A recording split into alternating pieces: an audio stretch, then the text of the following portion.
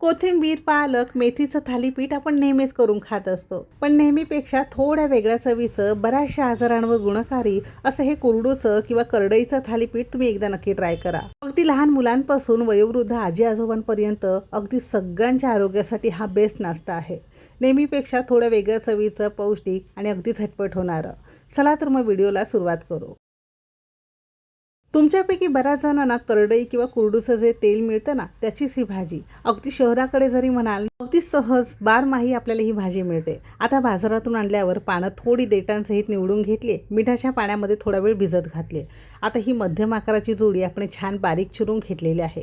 आता तुम्हाला हवं असेल तर कपाने मोजून घेऊ शकता किंवा अंदाजे घेतलं तरी पण चालतं. साधारणतः 2 कप आपण ही भाजी घेतलेली आहे. तर दुसरीकडे एका मिक्सरच्या भांड्यामध्ये 10 ते 12 लसणाच्या पाकळ्या घेतलेल्या आहेत. 5-6 हिरव्या मिरच्या घेतलेल्या आहे. हिरवी मिरची आवडीनुसार कमी अधिक करू शकता. लहान मुलांसाठी करत असाल तर हिरवी मिरची कमी घालू शकता. आता हे दोन्ही जिन्नस एक तर खलबत्त्यामध्ये जाडसर कुटून घेऊ शकता किंवा मिक्सरला अगदी 2 मिनिटात तयार होतं.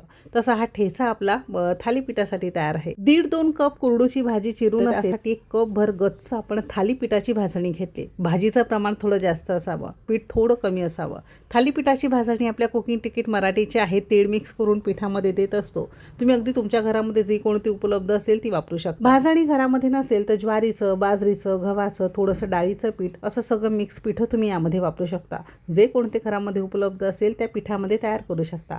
लहान आकाराचा कांदा छान बारीक चिरून घातलेला आहे. जर आवडत असेल तर थोडेसे वरून आपण पांढरे तीळ घातलेले आहेत. आपल्या भाजणीमध्ये तीळ मिक्स आहे. तुमच्याकडे नसेल तर ते वरून तुम्ही घालू शकता, म्हणून दाखवलं. अगदी पाव चमचा हळद, अर्धा चमचा तिखट घेतलाय. कोल्हापूरचा घाटी मसाला सुद्धा तुम्ही यामध्ये वापरू शकता. मस्त थालीपीठ तयार होतं. आता जो आपण ठेचा तयार करून घेतलेला होता ना, तो 1 गच्च चमचा घातला आहे. तुम्ही तुमच्या आवश्यकतेनुसार घालू शकता. आणि जो 1.5-2 कप आपण कुरडू चिरून घेतलेला होता तो सगळा घातला. यावरच चवीपुरतं मीठ घालायचं आहे. आता सुरुवातीला अजिबात पाणी घालायचं नाही. असंच हाताने छान एकसंध आपल्याला मिक्स करून घ्यायचं आहे. असं केलं की पिठामध्ये ना सगळे जिन्नस, सगळ्यांची चव छान मुरली जाते. आता थोडंसं गरजेपुरतं पाणी घालायचं आहे आणि जसं आपण कणकेचा गोळा मळतो अगदी तसाच पिठाचा गोळा मळून घ्यायचा आहे. जसं थालीपीठाचं पीठ मळतो तसंच मळून घ्यायचं आहे. फार जास्त घट्ट नाही किंवा फार जास्त सैलसर नाही. सगळ्या शेवटी चमचाभर तेल किंवा तूप लावून घ्यायचं आहे. आता याच तेलाच्या हातावर आपण थालीपीठाचे गोळे करून घेणार आहोत. अजिबात हे पीठ भिजत वगैरे घालावं लागत नाही. जर सकाळची घाई गडबडीची वेळ असेल तर असं करणं अगदी सोयीस्कर ठरेल. आता जसे तुम्हाला थालीपीठ लहान, मोठे, मध्यम आकाराचे लागत असेल त्यानुसार तुम्हाला हे गोळे करून घ्यायचे आहेत आणि बटर पेपरवर एखाद्या कॉटनच्या कापडाला ओलं करून तसं तुम्हाला थापून घ्यायचं आहे. अगदी हातावर छोटे छोटे सकाळच्या वेळेस केले तरी पण चालतात. असे छान पातळ आपण थापून घेणार आहोत. हात थोडासा ओलसर केला की थापणं अगदी सोयीस्कर होतं. मध्यभागी असं हे आपण छिद्र करून घेणार आहोत.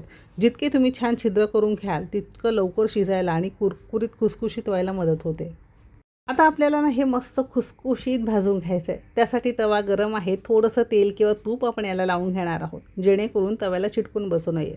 हलकंसं गरम झालं की जे थालीपीठ आपण बटर पेपरवर थापून ठेवलेलं होतं ना, फक्त असं उलटं करायचं आहे आणि याला असं काढून घ्यायचं आहे. आता मध्ये जे छिद्र आहेत ना त्यावर थोडंसं तेल किंवा तूप तुम्ही लावू शकता. जसं तुम्हाला आवडेल तुम्ही तुमच्या आवश्यकतेनुसार. बटर लावून घेतलं तरी पण चालतं. कडेने थोडंसं तेल तूप सोडायचं आहे आणि मध्यम आचेवर साधारणतः 1 3 ते 4 मिनटं थोडासा रंग बदलेपर्यंत आपण हे भाजून घेतल्यावर उलथून घेणार आहोत. आणि दुसऱ्या बाजूने सुद्धा आपण छान भाजून घेणार आहोत. दोन्ही बाजूने मध्यम आणि मोठ्या आचेवर साधारणतः 6-7 मिनटामध्ये हे छान खरपूस तयार होतं. अजिबात कच्चं ठेवायचं नाही. छान भाजून घेतलं की अगदी खायला खुसखुशीत लागतं. थालीपीठाचा रंग तुम्ही बघू शकता काय भारी आलेला आहे. असंच आपल्याला दोन्ही बाजूने भाजून घ्यायचं आहे. आता मुलांच्या डब्यासाठी, सकाळच्या नाश्त्यासाठी असं हे थालीपीठ तुम्ही सुद्धा नक्की ट्राय करा. कारण कुरडूची, करडईची भाजी मुलं जर खायला मागत नसतील तसं हे थालीपीठ बनवणं अगदी सोयीस्कर ठरेल. आणि सेम पद्धतीने उरलेलं दुसरं सुद्धा आपण थालीपीठ मस्त भाजून घेतलं आहे. असं हे थालीपीठ खाण्यासाठी तयार आहे. मगाशी आपण हिरवी मिरची, लसणाचा ठेचा करून घेतलेला होता. त्यात थोडंसं मीठ घालून यामध्ये घेतलं. लसणाची चटणी घरामध्ये होती ती घेतली आणि थोड्याशा कुरडूची आपण लसूण घालून भाजी केली आणि या थालीपीठाबरोबर ना 1 नंबर लागतं. तुम्ही नुसतंच खाल्लं तरी अगदी भारी लागतं. गोड दह्याबरोबर, लोणच्याबरोबर खाऊ शकता. तर कशी वाटली रेसिपी कमेंट करून नक्की सांगा. जर आवडली असेल तर लाईक करा. चॅनेलवर नवीन असाल, अजून तुम्ही कुकिंग तिकीट मराठी चॅनेलला सबस्क्राईब केलं नसेल तर सबस्क्राईब करून बाजूचं बेल आयकन नक्की क्लिक करा. इथपर्यंत रेसिपी बघितल्याबद्दल सगळ्यांचे मनापासून आभार.